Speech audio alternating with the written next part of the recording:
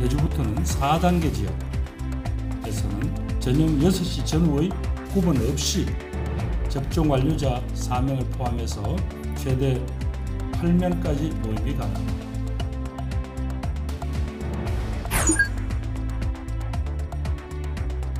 이재명 지사가 지금 수사 대상에 포함되어 있습니까?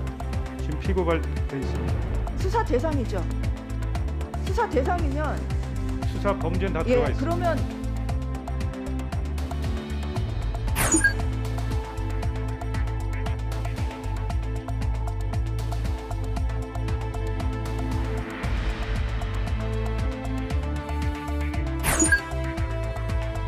우리 민주당은 원팀의 전통을 가지고 있습니다. 과거에도 그랬고 앞으로도 그럴 것이고 모두가 작은 차이를 넘어서고 또 경쟁 기간에 작은 갈등들을 다 넘어서서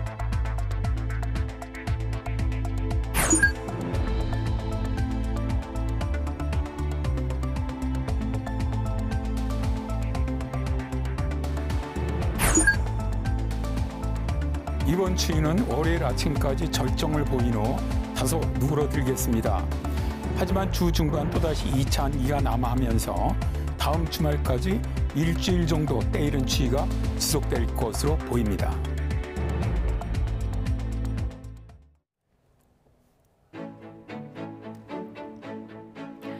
여러분 안녕하십니까? 금요일 뉴스나이트 시작합니다. 대장동 개발 의혹과 관련해 김반배 씨에 대한 구속영장이 기각이 된 가운데 성남도시개발공사의 관리감독기관인 성남시가 압수수색을 받았습니다. 그런데 이번 수사 중요 길목마다 검찰과 경찰이 동시에 수사에 나서면서 중복 수사 엇박자 논란도 일고 있습니다. 잠시 뒤 나이트 포커스에서 대장동 의혹 관련 수사 내용 비중 있게 분석해 보겠습니다. 네, 다음 달 초 단계적 일상 회복, 이른바 위드 코로나 전환을 앞두고 있습니다. 그때까지 적용될 새 거리두기가 발표가 됐는데 계획대로라면 사실상 마지막 발표인 셈이죠? 우선 백신 접종을 다 마친 사람들에 대한 혜택이 확대됩니다. 접종 완료자 4명을 포함하면 수도권은 8명까지 모일 수 있고 독서실이나 극장 영업시간도 자정까지 확대됩니다. 먼저 최명신 기자의 보도입니다. 다음 달 초로 예정된 위드 코로나 전환에 앞서 현행 사회적 거리두기 단계가 2주 더 연장됩니다. 이에 따라 이달 말까지 수도권은 4단계, 비수도권은 3단계 방역 조치가 계속 적용됩니다. 다만 백신 접종률이 높아짐에 따라 접종 완료자에 대한 인센티브가 확대됩니다. 먼저 접종을 마친 사람이 4명 있으면 사적 모임 인원이 수도권에서는 최대 8명까지, 비수도권은 최대 10명까지 허용됩니다. 내주부터는 4단계 지역에서는 저녁 6시 전후의 구분 없이 접종 완료자 4명을 포함해서 최대 8명까지 모임이 가능합니다. 다중이용시설 영업시간도 완화됩니다. 수도권 지역의 식당이나 카페 영업시간은 밤 10시까지로 계속 제한되지만 독서실이나 스터디 카페, 영화관 등은 자정까지 운영시간이 늘어납니다. 비수도권 지역의 경우엔 식당이나 카페 영업시간이 자정까지 확대됩니다. 하지만 유흥시설의 경우 현행대로 집합금지 조치가 계속 유지됩니다. 정부는 이번 거리두기 조정안이 다음 달 초 새로운 방역 체계로 가기 위한 징검다리 역할을 할 것이라고 설명했습니다. 정부는 이번이 마지막 사회적 거리두기의 조정기간이 될 수 있도록 방역과 의료 대응, 예방접종에 최선을 다하는 한편 1.3일 전환에도 만전을 기하겠습니다. 정부는 2주간 더 연장되는 마지막 거리두기 효과와 백신 접종 완료율 등을 종합적으로 고려해 위드 코로나로 전환할지 결정할 계획입니다. YTN 최명신입니다. 네, 백신 접종 완료자에 한해서 가을 스포츠 관람도 가능해집니다. 결혼식 참석 허용 인원도 식사와 관계없이 늘긴 했는데 좀 복잡합니다. 완료자 201명의 미접종자 49명을 더해서 250명까지 참석할 수 있습니다. 계속해서 이동우 기자가 보도합니다. 4단계 지역에서 스포츠 관람은 무관중이 원칙입니다. 하지만 다음 주부터는 백신 접종 완료자에 한해 실내는 수용 인원의 20%, 실외는 30%까지 입장이 허용됩니다. 4단계 수도권 지역에서는 미접종자들은 종전하고 동일하게 야구나 축구 등 스포츠 경기 관람이 불가능합니다.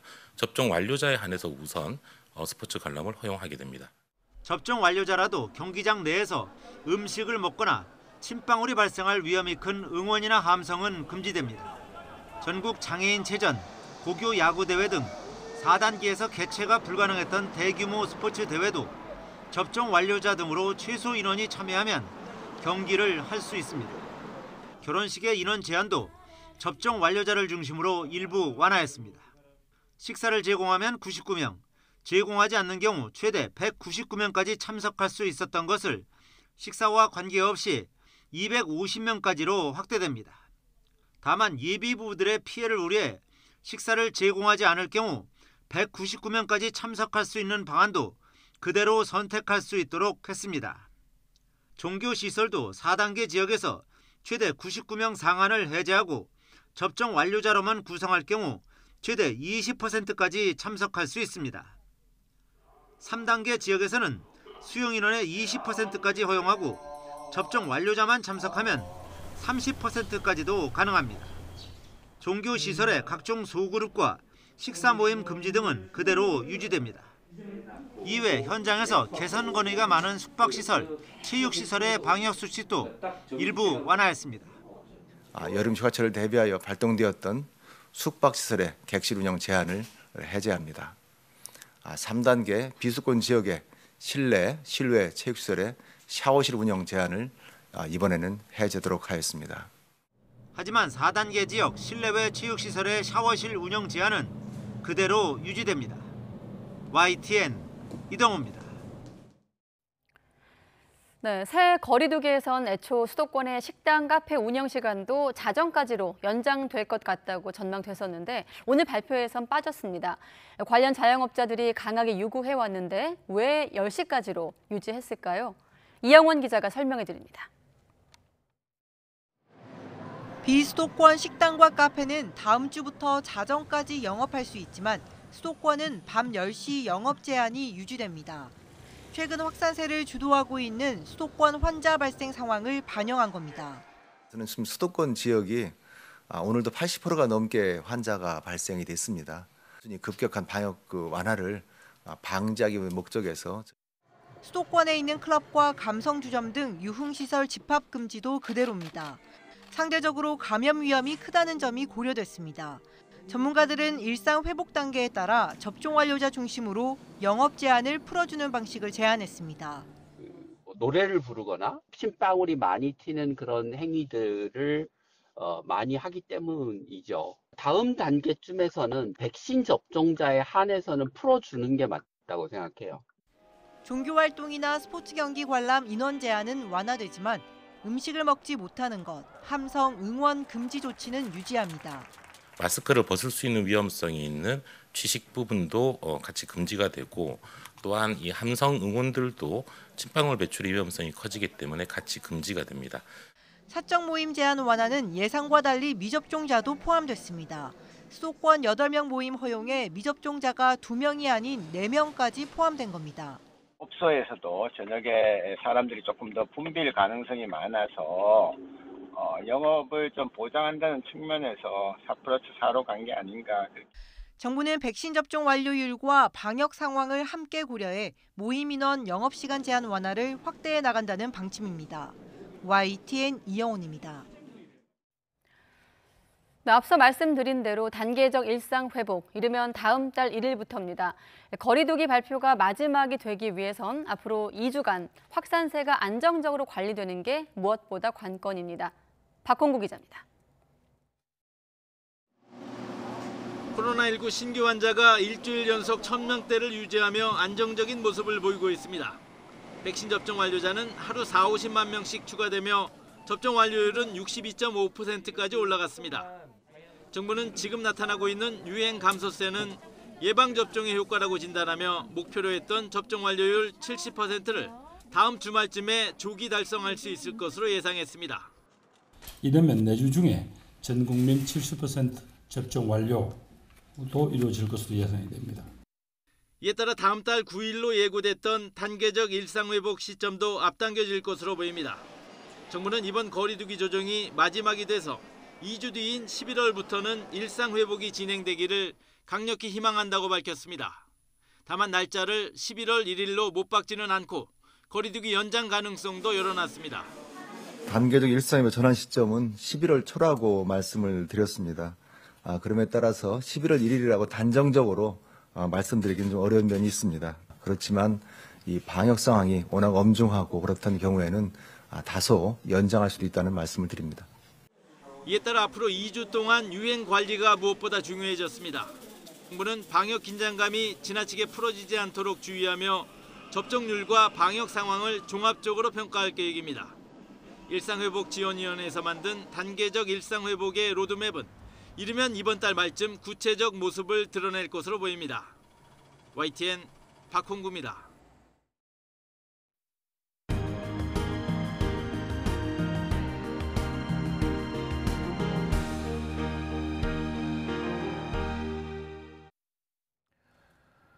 검찰이 성남시청을 압수수색했습니다. 대장동 개발 사업 승인과 인허가 과정에 문제가 없었는지 본격적으로 파보겠다는 것인데 여당 대선 후보인 이재명 지사 조사로 이어질지가 주목되고 있습니다. 김경수 기자가 보도합니다.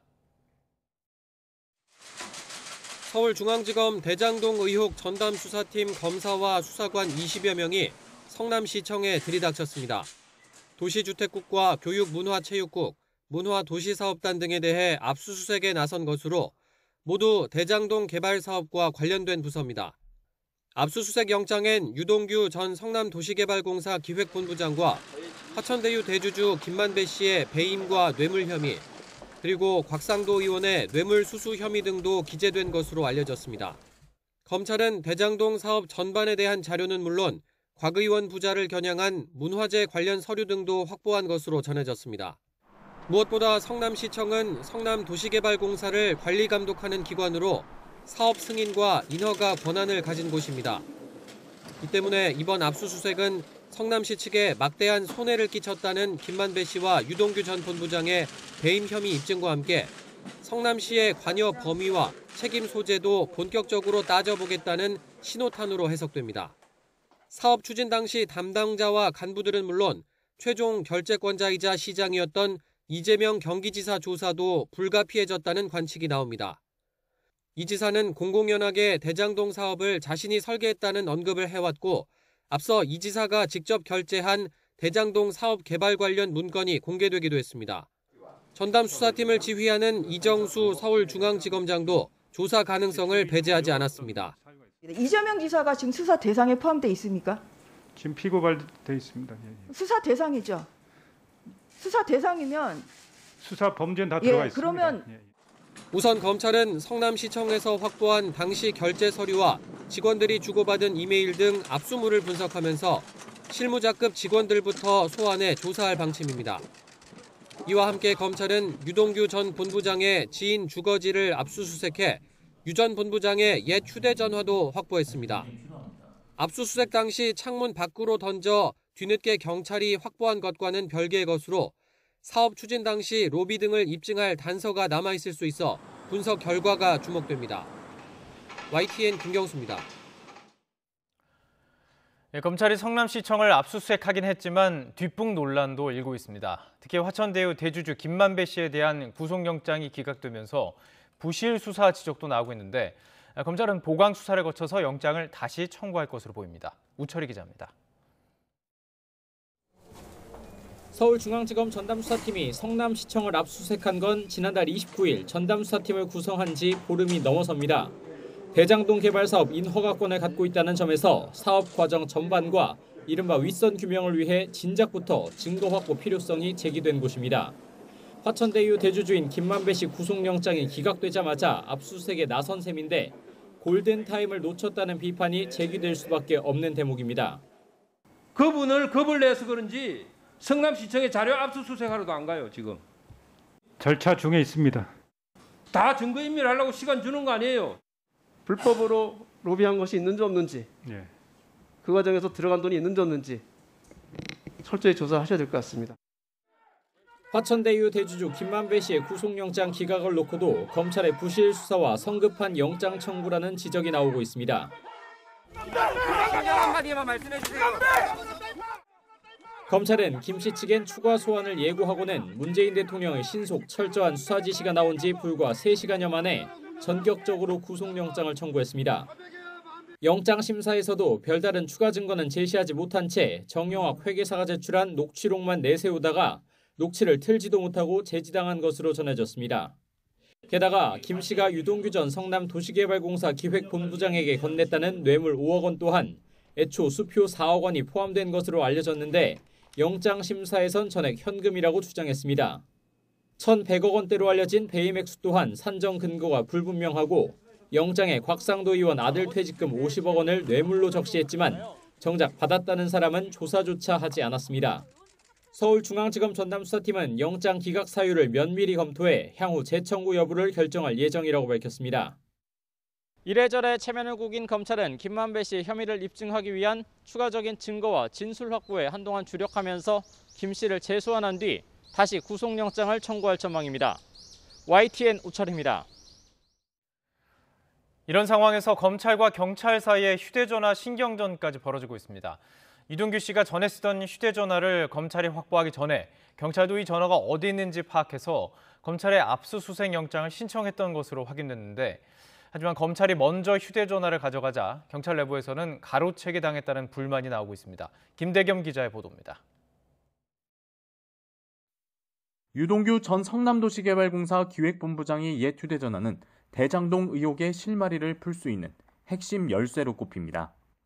유 전 본부장이 대장동 개발 사업 초기부터 사용했던 것으로 알려져 핵심 관계자들과 특혜를 공모한 정황 등이 담겼을 가능성이 크기 때문입니다. 경찰도 유 전 본부장의 최근 휴대전화를 먼저 확보한 뒤 옛 휴대전화의 행방을 찾는 데 주력해왔습니다. 유 전 본부장 지인들에 대해 탐문 수사를 이어오다 최근 옛 휴대전화 소재 파악에 성공했고 곧바로 수원지검에 압수수색 영장을 신청했습니다. 그런데 공교롭게도 수원지검에 신청했던 압수수색 영장 발부가 늦어지는 동안 서울중앙지검이 별도로 영장을 청구해 핵심 증거인 옛 휴대전화를 먼저 손에 넣은 것으로 드러났습니다. 그러자 경찰 내부에서는 검찰이 영장에 적시된 경찰 수사 내용을 가로채 별도 영장을 청구한 것 아니냐는 의심의 목소리가 나오고 있습니다. 앞서 경찰은 지난 6일 곽상도 의원과 아들에 대한 압수수색 영장도 신청했지만 검찰은 영장을 발부한 뒤 사건을 넘기라고 요구했습니다. 당시 수원지검은 경찰 수사 내용이 서울중앙지검이 맡은 사건과 내용이 같다는 이유를 든 것으로 알려졌습니다. 검찰은 수사 가로채기 의혹을 일축했습니다. 검찰 관계자는 경찰과 마찬가지로 검찰도 유 전 본부장의 옛 휴대전화의 행방을 쫓고 있었다며 누가 찾든 찾으면 되지 않느냐고 말했습니다. 하지만 핵심 증거를 추적하는 과정에서 검경 간 대립 양상이 반복되는 만큼 협력 논의를 넘어 수사 범위 조율이 필요하다는 목소리가 커지고 있습니다. YTN 김대겸입니다. 화천대유 대주주 김만배 씨 구속영장이 기각이 되자 이를 놓고 민주당 대선 후보와 국민의힘 유력 주자들 간의 거센 공방도 벌어졌습니다.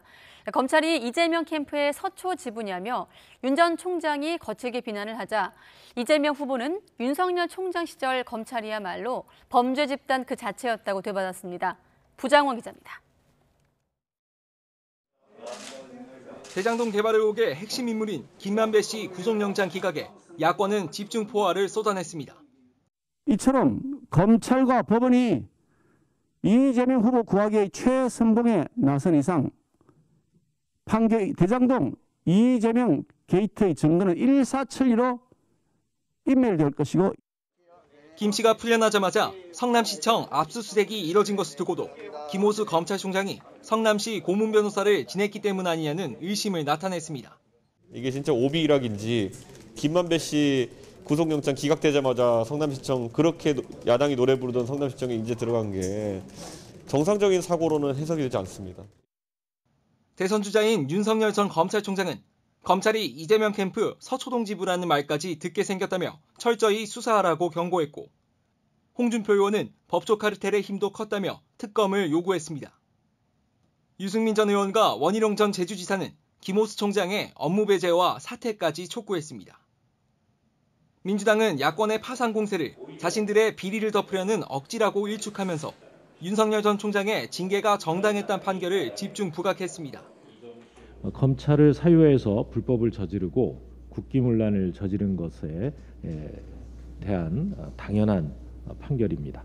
이런 사람이 야당의 대통령 후보를 하겠다고 하니 참담하기 그지없습니다. 민주당 의원총회를 찾은 이재명 후보도 오히려 윤석열 검찰이야말로 헌법하게 범죄 집단이었다면서 자신의 들보는 보지 않고 남의 눈에 티만 침소봉대하는 건 이중잣대라고 비판했습니다. 아니 그 제대로 된 선생님한테 배우셔야지. 그 왕자 쓰시고 무슨 이상한 이름 가지신 그런 분들한테 가서 국정을 배우시면 나라 큰일 납니다. 이재명과 윤석열 두 유력 주자에 대한 검찰과 법원의 판단이 나오기 시작하면서 여야의 대리전도 다시 시작됐습니다. 대선 전국이 깊어질수록 사법 판단에 대한 정치권의 공방도 잦아질 텐데 사법을 정쟁으로 끌어들인다는 비판도 나옵니다. YTN 부장원입니다. 네, 이렇게 대장동 의혹에도 맞서고 있습니다만은 더불어민주당 이재명 대선 후보 오늘 국회를 방문해 의원단과 상견례를 가지기도 했습니다.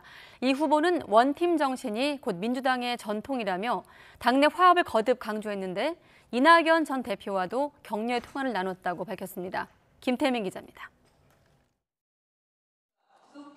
더불어민주당 이재명 대선 후보가 당 소속 국회의원들의 환영을 받으며 의원총회장을 찾았습니다.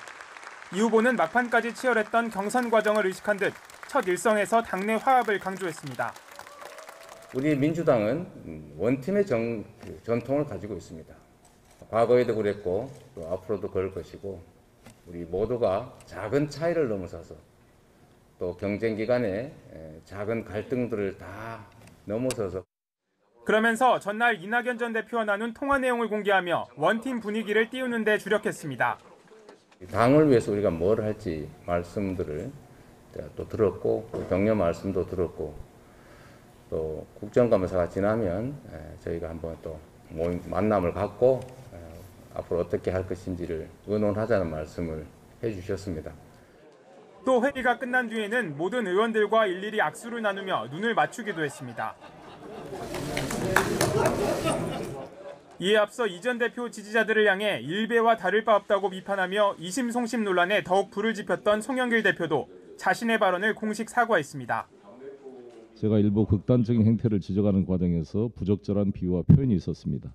심려를 끼쳐드린 점 또 상처를 받으신 분들에게 깊은 사과의 말씀을 드립니다. 이처럼 대선 후보와 당 지도부가 나란히 화합을 강조하며 입을 모은 건 내년 대선까지 헤쳐가야 할 난관이 적지 않기 때문입니다. 당장 다음 주 이 후보가 출석하는 국정감사에서 야당과 치를 대장동 일전 등을 준비하려면 내부 단합이 우선이라는 판단입니다. 하지만 원팀 민주당에 키를 쥐고 있는 이낙연 전 대표는 자맹을 이어가며 아직 뚜렷한 답을 내놓지 않고 있는 상황. 민주당이 추구하는 용광로 선대위를 상징하는 결정적 장면은 이낙연 전 대표의 선대위원장 수락이 될 것으로 보입니다. 이에 따라 경선 과정에서 마음의 상처를 언급했던 이낙연 전 대표와 지지자들을 어떻게 달래느냐가 원팀 구성의 최대 관건이 될 전망입니다. YTN 김태민입니다. 네, 검찰이 폭력 혐의로 수배가 내려져 있던 20대 남성을 경찰서 안에서 놓치는 일이 발생했습니다. 검찰 호송 직원이 경찰한테 수배자를 인계받아 데려가는 과정에서 이런 일이 발생한 겁니다. 신준명 기자가 단독 보도합니다. 한 남성이 무단 횡단을 하더니 마주오던 택시를 황급히 잡아탑니다. 폭력 혐의로 지난해 기소됐지만 재판에 출석하지 않아 수배가 내려진 26살 남성 A씨가 도주하는 모습입니다. A씨는 지난 9월 4일 무면허 음주운전을 하다 적발된 뒤 한 달여 만에 피의자 신분으로 경찰에 소환됐습니다. 그런데 경찰 조사 과정에서 A씨가 검찰의 수배 대상이란 사실이 확인됐고 수원지검 안산지청 소속 호송팀원 2명이 경찰서로 와 A씨를 인계받았습니다. 그런데 경찰서 정문 안내실에서 출입증을 반납하는 사이 A씨는 자신을 붙잡고 있던 호송팀원을 밀치고 도망쳤습니다. 수갑을 찬 채 달아난 남성은 경찰서 맞은편에 세워져 있던 지인의 차를 타고 도주했습니다. 이후 차로 15분 거리에 있는 곳에서 내린 뒤 다시 택시로 갈아타고 도주한 것으로 확인됐습니다. 경찰은 A씨를 차에 태워 달아난 지인 2명을 참고인 신분으로 불러 도주 경로를 확인하고 CCTV를 분석하는 등 A씨의 뒤를 쫓고 있습니다. 경찰 관계자는 A씨가 검거되는 대로 지인 2명을 공범으로 입건할지 검토할 예정이라고 덧붙였습니다. 수원지검 안산지청은 앞으로 호송 등에 관한 지침을 철저히 준수해 이 같은 일이 재발하지 않도록 하겠다고 밝혔습니다. YTN 신준명입니다. 집값이 여전히 오르고 있습니다. 지난달에도 1% 가까운 급등세가 이어졌는데 전국 아파트 평균 매매값이 사상 처음으로 5억 원 선을 넘어섰습니다. 덩달아 오피스텔 가격까지 치솟는 분위기입니다. 조태현 기자가 보도합니다. 공급 부족 상황 속에 집값 오름세가 좀처럼 잦아들지 않는 모습입니다. 지난달 전국의 주택가격은 한 달 전보다 무려 0.92%나 올랐습니다. 전달보다 오름폭을 줄이긴 했지만 여전한 폭등세입니다. 수도권은 9월까지 누적 10%가 넘게 상승했습니다. 통계를 아파트로 좁히면 상황은 더욱 심각해집니다. 전국 아파트값은 한 달 만에 1.2% 가까이 급등했습니다. 수도권은 넉 달 연속 1% 넘게 상승하면서 전체 오름세를 이끌었습니다. 이에 따라 전국 아파트 평균값은 문재인 정부 출범 전인 지난 2017년 4월 2억 8,400만 원에서 지난달엔 사상 처음으로 5억 원의 벽마저 허물었습니다. 4년 5개월 만에 77%가 넘게 오른 결과입니다. 집값이 워낙 빠르게 오르다 보니 대체 수단이라고 볼 수 있는 오피스텔 가격까지 꿈틀대고 있습니다. 지난 3분기 오피스텔 매매값은 직전 분기보다 1% 가까이 올랐습니다. 지난해 3분기에는 오히려 소폭 하락세였다는 점을 고려하면 최근 들어 상대적으로 가격이 저렴하고 규제가 덜한 오피스텔로 실수요자가 몰리는 것으로 풀이됩니다. 문제는 상황이 나아질 조짐도 찾기 어렵다는 점입니다. 장기 상승에 따른 부담에다가 대출 규제에 금리까지 올라서 집을 사려는 수요가 둔화되고 있고요. 다만 전세난이 여전하고 매물도 많지는 않아서 곧바로 약세로 돌아설지 여부는 조금 더 지켜봐야 될 것 같습니다. 정부가 대출 규제 등 수요를 억제하고 있지만 큰 효과를 기대하긴 어렵다는 지적이 적지 않습니다. 결국엔 신축 공급은 물론 다주택자의 매물을 내놓게 하기 위한 대책이 필요하다는 분석이 나옵니다. YTN 조태현입니다. 부동산 중개 수수료 인하 방안이 확정돼서 오는 19일, 그러니까 다음 주 화요일부터 시행됩니다. 어떻게 바뀌는지 살펴보겠습니다. 먼저 6억에서 9억 원 미만인 집을 매매할 때는 중개 수수료 현행 0.5%에서 0.4%로 줄어듭니다. 9억 이상의 경우에는 현재 최고 수수료율의 집값이 0.9%인데 앞으로는 구간별로 달라집니다. 9억에서 12억 원 구간은 0.5%, 12억 원에서 15억 원은 0.6%, 15억 이상은 0.7%로 낮아집니다. 이에 따라 6억 원짜리 집을 거래할 때 최고 수수료는 현재 300만 원에서 240만 원으로 9억 원짜리는 810만 원에서 450만 원으로 내려갑니다. 다만 6억 원 미만 주택 거래 수수료는 지금과 똑같이 유지됩니다. 전세 거래 수수료도 살펴보죠. 현재 6억 원을 넘는 전세 상한 수수료율은 일괄적으로 0.8%입니다. 19일부터는 가격대를 세 구간으로 나눠서 차등화합니다. 특히 거래가 가장 많은 6억에서 12억 원 구간의 수수료율을 절반으로 낮췄습니다. 이렇게 되면 9억 원짜리 전세 거래 수수료는 720만 원에서 360만 원으로 줄어듭니다. 이번 개정안은 공인중개사가 받을 수 있는 최고 수수료를 조정한 것이죠.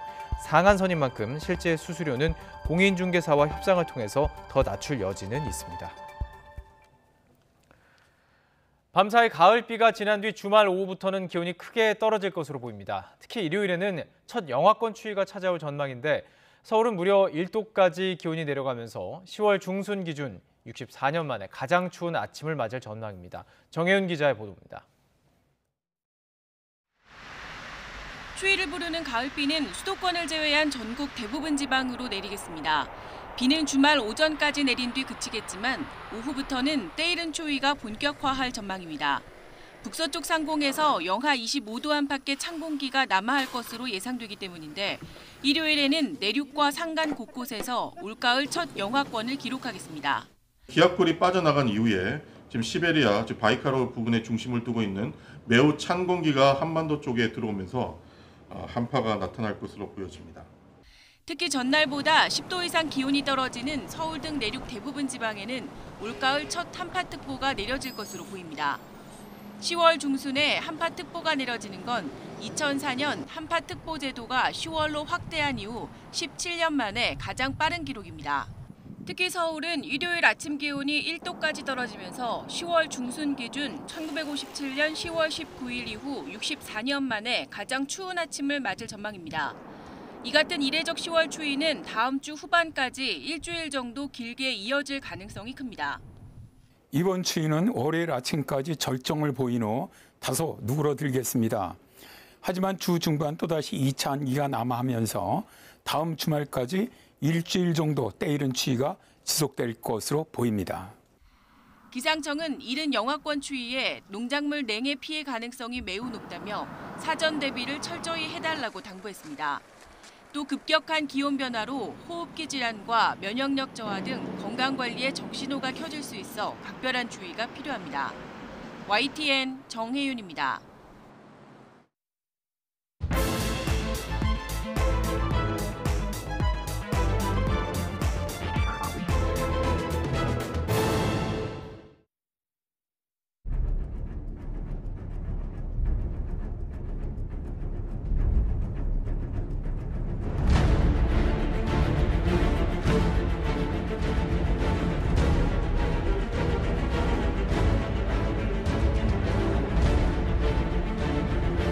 그분 얘기는 기억이 잘 나지는 않는데 녹취록에 있으니까 맞을 겁니다. 근데 그게 그분이 누군지, 그분이 뭐 유동규인지 당사자만 알고 있지 않을까요? 아니, 그분은 전혀 없고요. 그분은 전혀 없습니다. 그리고 그런 분은 없습니다. 제 거 주인은 제가 주인입니다. 제가 주인입니다.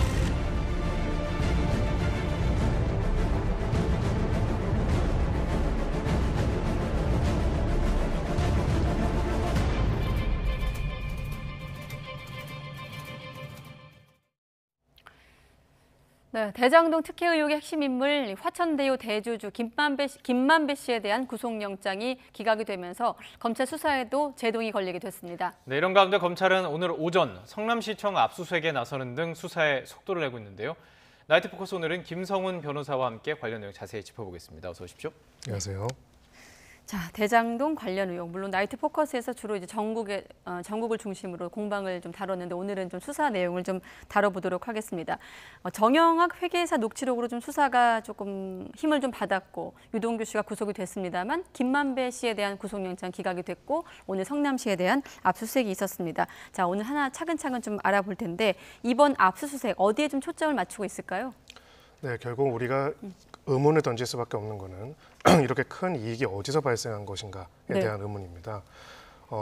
집값이 올라서, 부동산이 올라서라는 이야기도 있죠. 하지만 근본적으로는 개발 사업이라는 것의 가장 핵심적인 거는 행정적인 인허가를 통해서 발생을 하게 되는 겁니다. 네. 즉, 한 층만 지을 수 있거나 혹은 2층만 지을 수 있는 땅에 40층, 50층을 지을 수 있도록 허가를 내주는 순간 그 땅의 가치는 굉장히 높아지는 거죠. 네. 그걸 대규모 지구에 하게 된다면 엄청난 이익이 발생하게 됩니다.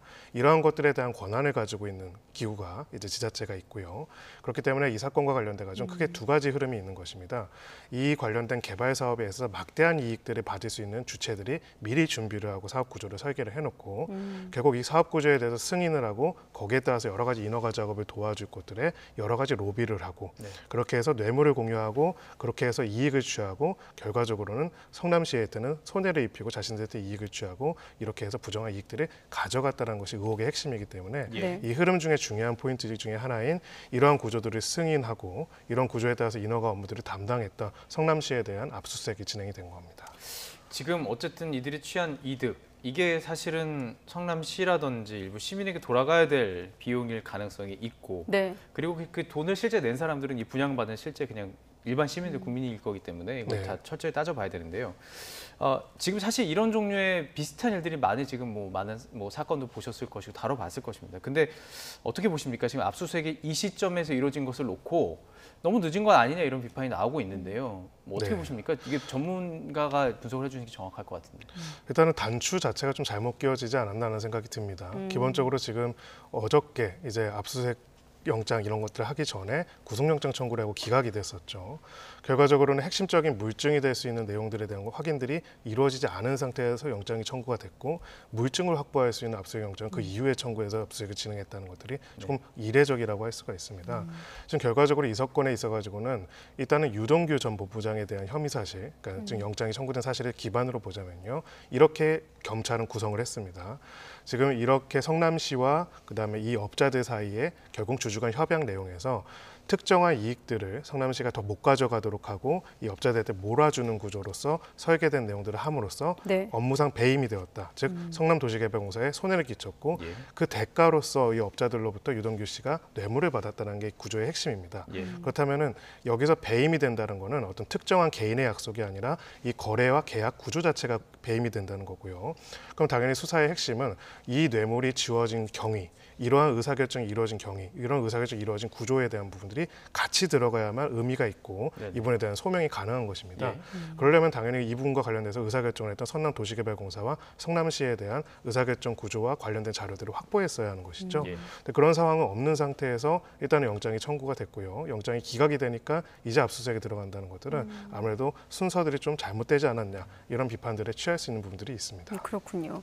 앞서 그 야당 대표 같은 경우도 오비일학이라 그랬거든요. 하필 또 김만배 씨 구속영장이 기각된 다음 날 압수수색이 이루어진 부분을 지적하기도 했는데, 자 그럼 다시 거꾸로 실제 좀 곳곳에서 성급한 흔적들이 영장 실제 심사에서도 드러나기도 했거든요. 사실 변호사님도 어제 YTN 출연하셔서 청구 쪽으로 이제 무게를 실으셨습니다만 대부분의 법률 전문가들이 청구될 거라고 전망을 했는데 왜 이렇게 기각이 됐을까요? 이 부분도 한번 짚어볼 필요가 있을 것 같아서요. 맞습니다. 많은 사람들이 발부가 될 것이라고 생각했던 이유 중에 하나가 일단은 대항범이라고 합니다. 뇌물을 준 사람과 받은 사람이 있는 거죠. 받은 사람에 대해서 그 혐의 사실 대부분이 소명이 된다라고 봐가지고 구속의 필요성이 인정돼서 구속이 되었는데 준 사람이라고 한 사람한테는 그게 인정이 안 되는 경우도 조금 이례적이고요. 두 번째로 이제 김만배 씨 같은 경우에는 이 사건에서 굉장히 중요한 연결고리가 됩니다. 저는 이 사건이 기본적으로는 십자 구조로 되어 있다고 생각을 하는데요. 업자와 이 사업 구조를 설계한 사람들 간의 여러 가지 배임적인 거래 구조를 만들어낸 의혹에 대한 부분들이 있고요. 결국 이것을 덮고 이거와 관련된 모든 수사들이나 이런 부분들 그리고 인허가 관련된 부분들을 제대로 수행하기 위해 가지고 로비를 한 정황들이 있습니다. 그 로비에 있어가지고 중요한 핵심적인 인맥이 되는 핵심 인물이 된 것이 바로 김만배 씨이기 때문에 이 사업의 업자와 로비 두 가지를 연결하는 핵심 고리거든요. 그렇다면 이 사건과 관련돼가지고는 앞으로 이분이 누군가와 어떻게 보면 증거인멸을 하거나 관련된 부분들을 은폐하거나 할 가능성이 굉장히 높기 때문에 어떻게 보면 증거인멸의 우려가 있다는 이유로 구속영장이 발부될 것이라고 보통은 예상을 했었죠. 하지만 특이하게도 구속 사유와 상당성이 아니라 구속의 필요성이 없다. 즉 증거인멸의 우려가 크지 않고 방어권 보장의 필요가 크다라는 이유로 발부가 안 된다는 점에서는 조금은 이례적이다.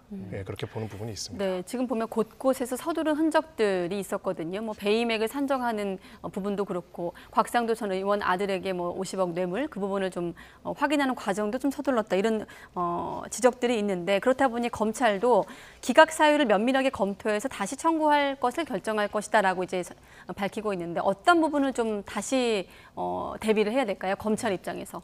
네, 결국은 이제 그 지적된 부분들 두 가지 점에서 확인할 필요가 있습니다. 결국 녹취록에 관련돼서 여러 가지 관련된 내용들을 확인을 한 부분이 있지만 그 녹취록이 얼마나 진실에 부합한 것인지를 드러낼 수 있는 객관적인 물증을 확보했는지가 중요하고요. 결국 검찰이 제시한 가장 기본적인 구조는 배임이 있고 이 배임의 대가로서 뇌물을 주고 뇌물을 주고받았다는 것입니다. 그렇다면 뇌물을 줌으로써 배임 행위를 한 의사결정을 했다는 것, 성남시와 성남도시개발공사에서 그런 결정들이 이루어졌다는 것들에 대한 객관적인 물증들을 확보할 필요가 있고요.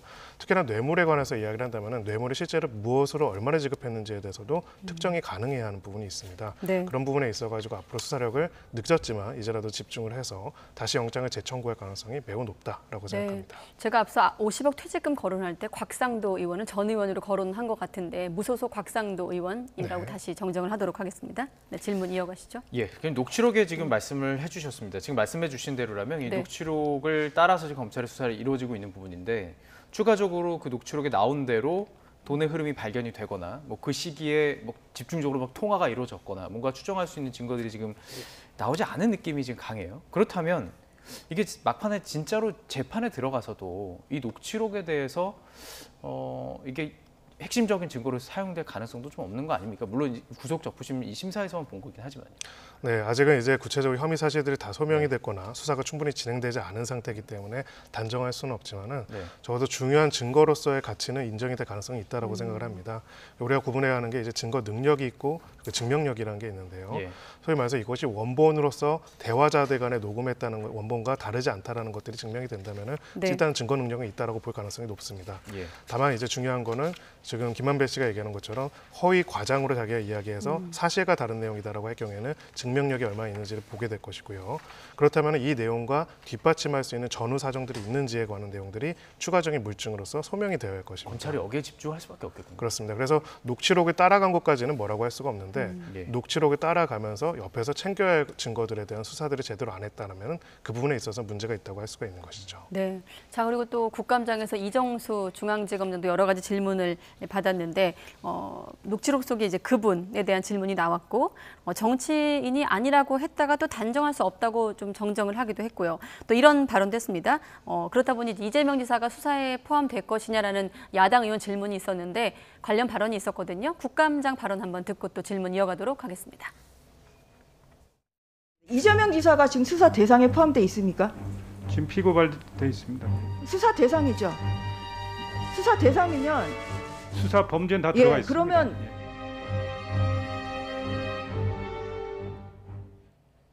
네, 어떻게 전망하십니까? 이 부분은 소환 가능성이 있을까요? 실제로? 네, 이 사건 수사를 진행한다면 소환 가능성은 당연히 있을 것이라 보입니다. 기본적으로 이제 고발 사건에 있어서는 고발인 조사를 하고요. 전국적으로는 관련된 내용들이 정리가 된 상태에서 피고발인 조사도 필수적으로 보통 합니다. 그렇기 때문에 특히나 이 사건에서 검찰이 아직까지 아무런 액션을 안 취했다면 모르겠지만 유동규 전 본부장에 대해서 영장을 청구해서 발부가 됐고요.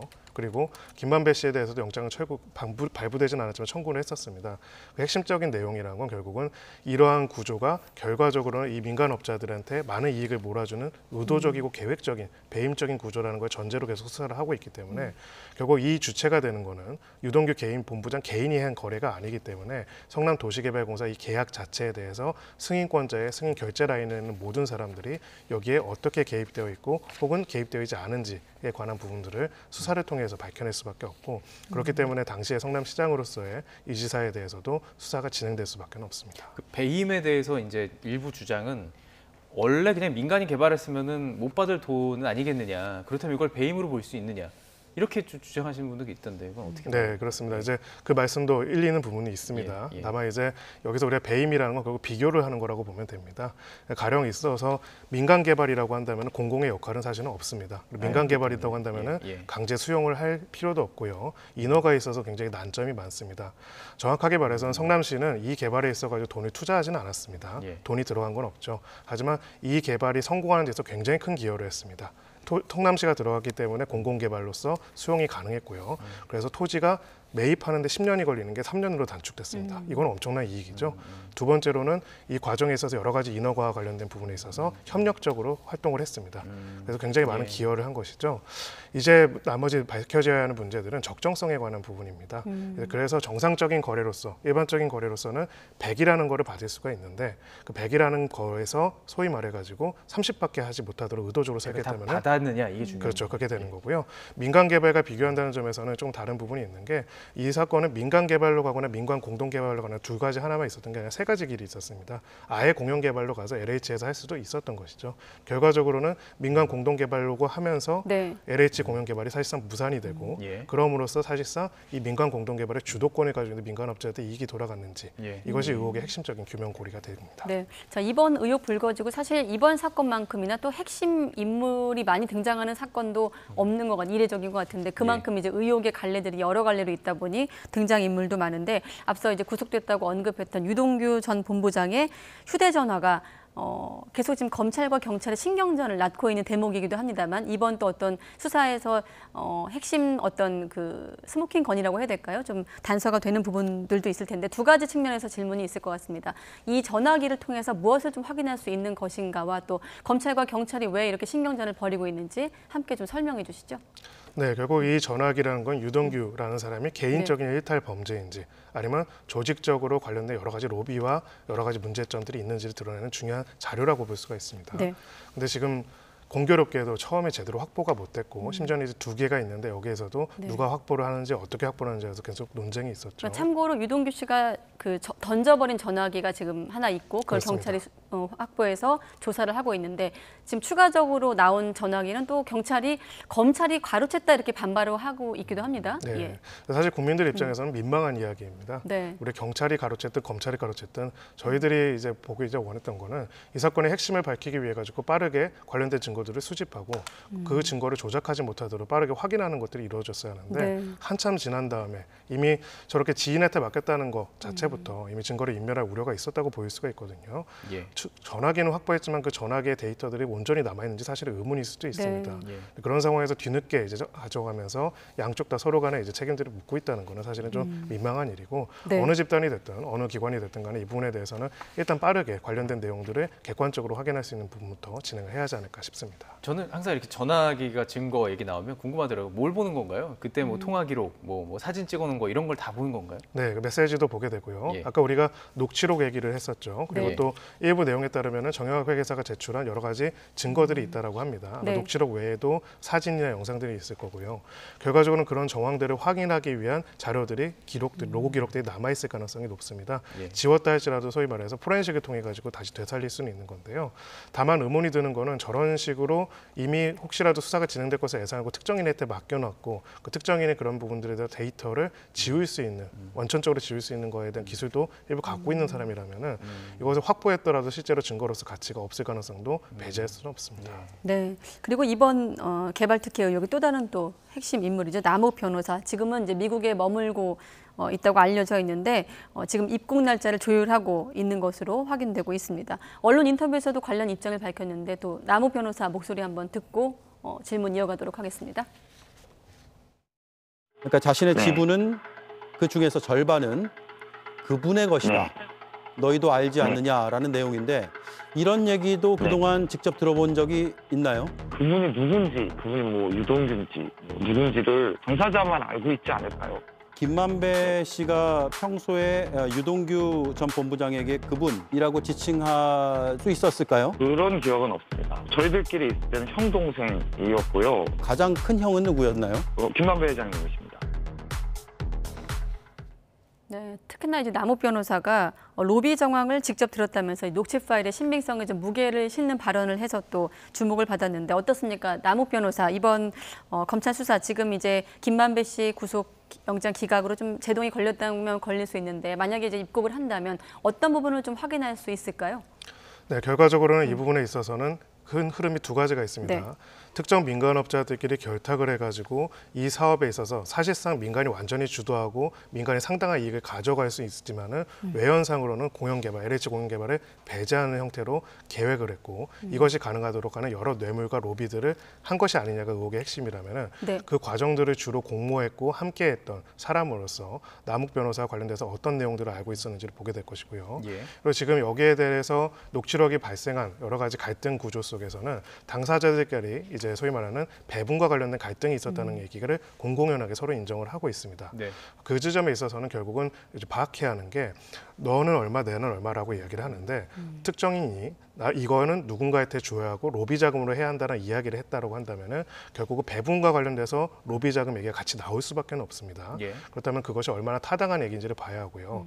그것이 특히 블러핑이나 허위로 이야기를 했다는지도 봐야겠지만은 결론적으로 또 중요한 부분들은 그게 만약에 그런 이야기를 했다 할지라도 당시 이걸 10년 넘게 이 관련된 사업으로 업자로서 관여했던 사람들로서는 실제로 이 사업을 혁신적으로 가능하도록 하게 한 역할을 했거나 혹은 그 역할과 관련돼서 덮어줄 무마할 만한 사람들로부터 로비를 할 만한 상당한 이유가 있었고 그 로비를 한 사람들이 어느 정도 특정이 된 것들을 공동적으로 이해하고 있는지 여부들을 이 남욱 변호사를 통해서 확인할 가능성이 있습니다. 그렇군요. 남욱 변호사와 또 그 김만배 씨의 다리 역할을 한 인물이 있습니다. 지금 천화동인 7호 소유주, 사실은 뭐 저희에게는 아주 익숙한 인물인 게 사실이고요. 네, 뭐 두 개 언론사를 거쳤습니다만 그 중에 하나가 또 YTN이기도 합니다만은. 그 전직 기자 배모 씨입니다. 실제 어떤 역할을 했고 지금 수사 대상으로 올라야 되는 거 아닌가요? 그것도 궁금하고요. 네, 기본적으로 이거와 관련돼서는 이로 인해서 수익을 얻은 외면상으로 수익을 얻은 사람들, 그리고 이 사람들 서로 연결한 사람들, 이 사람들과 또 다른 권력 집단들을 연결한 사람들 모두가 사실은 수사 선상에 오를 수밖에 없습니다. 왜 이 질문을 드렸냐면 김만배 씨가 인터뷰를 통해서 그 배모 기자 때문에 사업에 참여하게 됐다고 이렇게 인터뷰를 하면서 이제 이 배 전 기자가 부각됐기 때문에 질문을 드리고 있거든요. 네, 그렇습니다. 결국은 그래서 배 전 기자가 결국은 김만배 씨와 여러 가지 소위 말해서 권력 인사들, 법조계 인사들 간의 연결고리에 대해서 알고 있었고 이 사업에 진행하는 데 있어가지고 이 사람을 끌어들이면서 여러 가지 로비들이 가능하게 하는 중요한 통로로서 역할을 하고 있지 않을 것인가. 그렇다면은 이 세 사람들이 지금 서로 의견이 다르다, 사실이 다르다고 분쟁을 벌이고 있는데 네. 그 과정에 관한 내용들도 당연히 잘 알고 있을 가능성이 높기 때문에 이 사람과 관련된 조사가 이루어진다면은 결과적으로는 이 사업 자체가 이 사람들 민간업자들의 배를 불리기 위해서 계획적으로 설계되었는지 그리고 거기에 있어서 관의 관여는 어떻게 됐는지 그리고 거기에 관한 수사를 덮기 위해 가지고 또 어떤 로비들이 있었는지 어떻게 배분이 있었고 그리고 무엇보다도 배 기자는 거기서 어떤 역할을 했기 때문에 그 금액을 받았는지 부분들이 확인될 수 있을 것으로 보입니다. 그렇게 되면 이제 사실 YTN 취재진이 배 전 기자를 취재하기 위해 마주치기도 했고 강남에서 강남 대로에서 질주를 하며 도주했다는 소식을 앞선 뉴스에서 전하기도 했습니다. 관련 화면들이 지금 나가고 있는데 배 전 기자에 대한 어떤 그 내용을 포함해서 앞으로의 조사에서 김만배 씨와의 어떤 책임 부분에 대해서 좀 엇갈릴 수도 있게 될까요? 어떻게 소위 말하는 보십니까? 죄수의 딜레마 같은 상황이 예. 벌어질 수도 있을 것이라고 생각을 합니다. 결국은 이 사건과 관련돼서는 이익을 볼 수 있는 구조를 설계한 사람들이 메인이 있을 것이고요. 이 이익을 볼 수 있는 설계한 구조를 궁극적으로는 관에서 가능하도록 하는 그런 역할을 담당한 사람들, 그런 로비 역할을 담당한 사람들이 있을 것입니다. 네. 로비 역할을 한 것의 주요 창구로서 얘기가 된 것이 김만배 씨와 그리고 지금 있는 배 기자 이 두 사람으로 관련돼서 압축돼서 이야기가 되고 있는데요. 예. 결과적으로 이 사람들과의 수사를 통해 가지고 여기에 있어서 어떤 커넥션들이 있었고 예. 도대체 무엇을 했기 때문에 그런 로비들을 해야만 했고 하겠다는 이야기가 나와 있는지에 대한 부분들을 확인할 수 있을 것이라고 생각합니다. 이게 너무 복잡하기 때문에 그냥 이런 가정을 해보면 좀 좋을 것 같습니다. 왜 뇌물은 직접 안 줘도 약속을 하면 다 뇌물죄가 성립이 되잖아요. 지금 이 녹취록만 보면은 내가 지금 얼마 썼어, 로비에 얼마 썼을지 각자 이렇게 주장하다가 나온 얘기들입니다. 그렇습니다. 그럼 로비를 했다라고 주장하는 이 내용만 가지고 만약에 이걸 검찰이 증명하지 못했다는 가정을 해본다면 이것도 지금 처벌이 가능한지 궁금하거든요. 네, 주장만으로는 원칙적으로 처벌할 수는 없습니다. 다만 이제 그 관련된 내용들이 확인된다면은 그것을 바탕으로 해가지고 처벌할 수가 있겠죠. 저희가 이제 꼭 확인해야 하는 흐름이 있습니다. 우리가 계속 이야기하는 것이 내용이 너무 사실 일반인 생각할 때 분노가 생기는 이야기잖아요. 그렇습니다. 예, 그래서 그 부분에도 확인되어야 하는 부분들이 네. 지금 계속 이제 대여를 해가지고 해야 한다는 얘기를 하는데 대여금 요거에 400억에 대해서 이야기를 하는데요. 배당금과 대여금 말고 중요한 부분 중에 하나가 사업비입니다. 1조 넘는 돈이 사업비로 사용이 됐고요. 거기서 네. 토지보상금 외에도 여러 용역업체들을 거쳐간 돈들이 있는데 이 업체들과 업체들 간의 거래로서 위장되어 있는 비자금과 예. 불법적인 자금들이 있을 가능성이 있고요. 이 부분도 꼭 수사를 통해서 확인할 필요가 있습니다. 예, 알겠습니다. 좀 묻고 싶은 이야기가 참 많은데 시간이 좀 부족해가지고 그래서 좀 마무리를 해야 될 것 같습니다. 앞으로 또 기회가 있을 예. 것 같습니다. 네, 예. 김성훈 변호사와 함께 이야기 나눠봤습니다. 고맙습니다. 네. 감사합니다.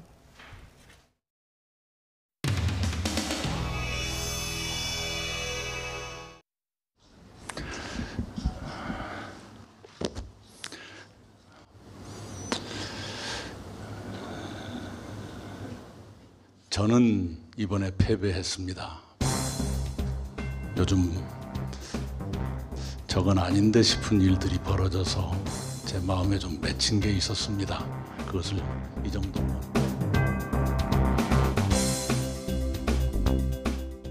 동지들에게 상처 주지 마셔야 합니다.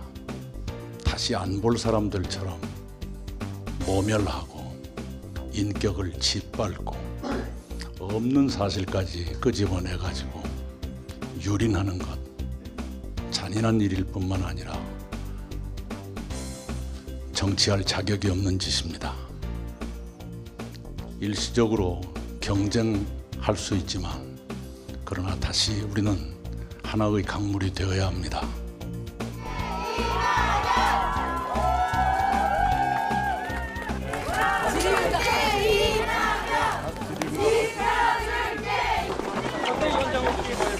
다른 시간에 연락할 수가 있으시죠? 원팀에 대해서 어떻게 생각하시는 거예요? 조심하세요.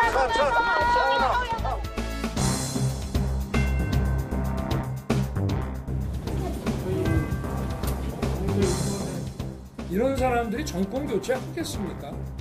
정말 이런 정신머리부터 바꾸지 않으면 우리 당은 없어지는 게 낫습니다.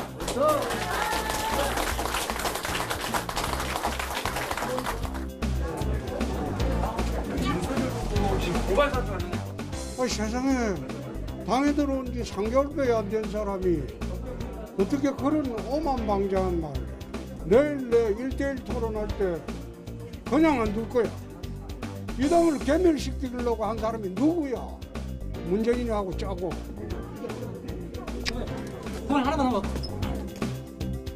아니 정치하는 사람이 그렇게 떳떳하지 못하게 뒤에서 그렇게 등에 칼을 굽는 좀 그런 식은 모르겠어요. 뭐 평정심을 상당히 좀 잃으신 거 아닌가 싶고. 아니 이런 거라 우리 보면 되지 않겠어요? 야, 넌 막 그런 것도 제대로 못 밝힐 거면 검사 때려쳐라 라고 얘기하죠. 그거 때려치라는 얘기입니까? 잘하라는 얘기 아니겠어요? 그죠? 모두 다 이런 원팀 정신으로 기본적으로는 우리 당은 한 몸이고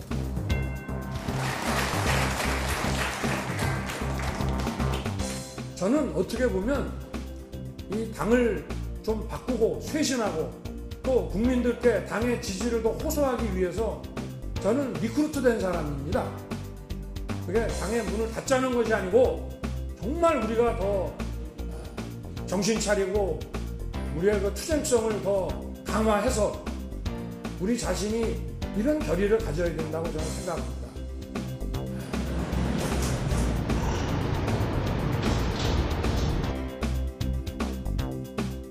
지금 누가 대통령이 되느냐 하는 문제보다도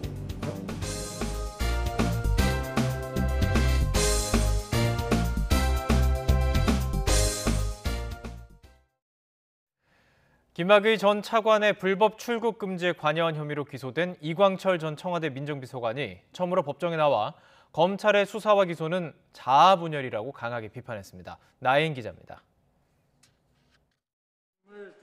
이광철 전 민정비서관이 김학의 전 차관의 불법 출국 금지 의혹이 불거진 지 9달 만에 처음으로 취재진 앞에 섰습니다. 피고인이 반드시 나와야 하는 정식 재판에 출석하고자 법원을 찾은 겁니다. 이 사건 수사와 기소가 얼마나 부당하고 나아가서 또 얼마나 불이한 것이었는지를 법원이 납득하실 수 있게끔 최선의 노력을 다하겠습니다. 이 전 비서관은 재작년 3월 김 전 차관의 기습적인 출국 정황이 포착되자 당시 대검 진상조사단 소속이던 이규원 검사와 법무부 사이를 조율하며 불법 출국 금지를 공모한 혐의로 기소됐습니다. 당시 과거사 진상조사단이 김 전 차관의 별장 성접대 사건을 다시 들여다보고 있었지만 강제 수사권이 없어 출국 금지 권한은 없었다는 게 검찰 판단입니다. 법정에선 이 전 비서관은 직접 변론에 나서 40분 남짓 검찰을 강하게 비난했습니다. 과거 2차례 김 전 차관을 무혐의 처분한 검찰이 진상조사단 권고로 특별수사단을 꾸려 구속기소까지 해놓고 정작 해외로 도망가려 할 땐 피의자가 아니었다고 한다며 자아분열이라고 비판했습니다. 또 당시 긴박한 순간에도 이규원 검사는 자신에게 대검의 승인이 있어야 한다고 말했다며 봉욱 당시 차장검사 등 검찰 수뇌부에 개입 증거가 많은데도 검찰이 법무부와 청와대만 목표로 수사했다고 주장했습니다. 이에 검찰은 수사팀을 해체한 게 누구냐며 대검 지휘부 수사를 뭉갰다는 주장은 말도 안 되는 얘기라고 반발했습니다. 당시 법무부 출입국 본부장이었던 차규근 법무연수원 연구위원 역시 혐의를 부인하며 검찰이 재수사를 앞둔 중범죄 혐의자를 무고한 민간인인 것처럼 주장한다고 성토했습니다. 건되기 전에 중요 참고인, 피내사자, 내사번호 등으로 긴급 출국 금지가 이루어졌던 사례들이 10여 건 있고요. 재판부는 다음 달 5일 당시 법무부 출입국 심사과장을 증인으로 부를 예정인데 검찰은 실무자에 이어 당시 지휘 계통에 있었다고 지목된 조국 전 민정수석 등 고위 관계자들의 증인 신청도 예고했습니다. 또 관련 수사를 방해한 혐의로 기소된 이성윤 서울고검장의 첫 재판도 오는 20일 열릴 예정이어서 김 전 차관 출국 금지를 둘러싼 법정 공방이 본격화하고 있습니다. YTN 나인입니다. 전북의 한 중학교와 고등학교가 다음 주부터 코로나와 무관하게 2주간 재량 휴업일로 지정을 했습니다. 학교가 다른 사람 땅을 무단으로 쓰다가 전기와 수도 사용이 끊기게 됐기 때문입니다. 김민성 기자의 단독 보도입니다.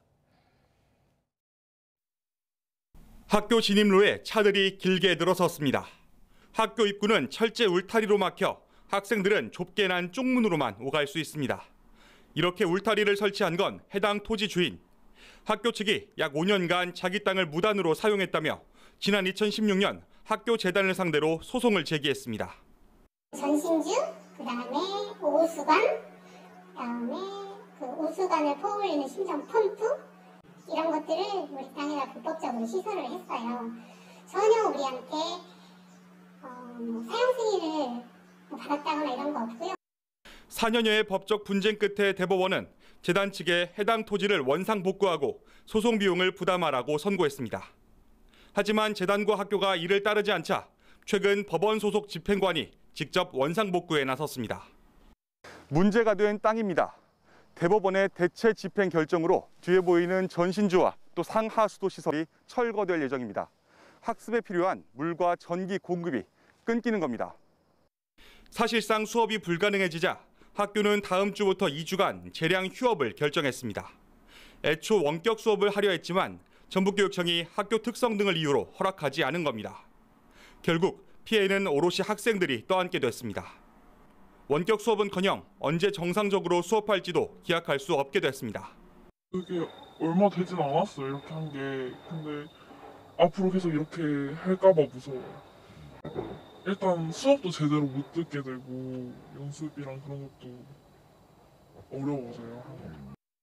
취재가 시작되자 학교와 재단 측은 현재 신입생 모집 기간이라며 보도를 자제해달라고 요구했습니다. 또 보도를 전제로 한 질문에는 답을 하지 않겠다고 밝혔습니다.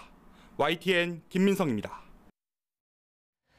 제주에서 고등학생이 10층 높이 아파트에서 추락해 숨지는 사고가 발생해 경찰이 수사에 나섰습니다. 제주 서부경찰서는 어제 오전 10시쯤 제주시 노영동에 있는 한 아파트 단지에서 고등학생 1학년생 A군이 쓰러져 있다는 신고를 받았다고 밝혔습니다. A군은 급히 병원으로 옮겨졌지만 결국 숨졌습니다. A군은 14일 아침 6시 10분쯤 집을 나와서 1시간 뒤 근처 놀이터에서 다른 고등학생 B군과 몸싸움을 벌인 것으로 전해졌습니다. 당시 현장에는 B군과 같은 학교에 다니는 학생 2명이 더 있었던 것으로 알려졌습니다.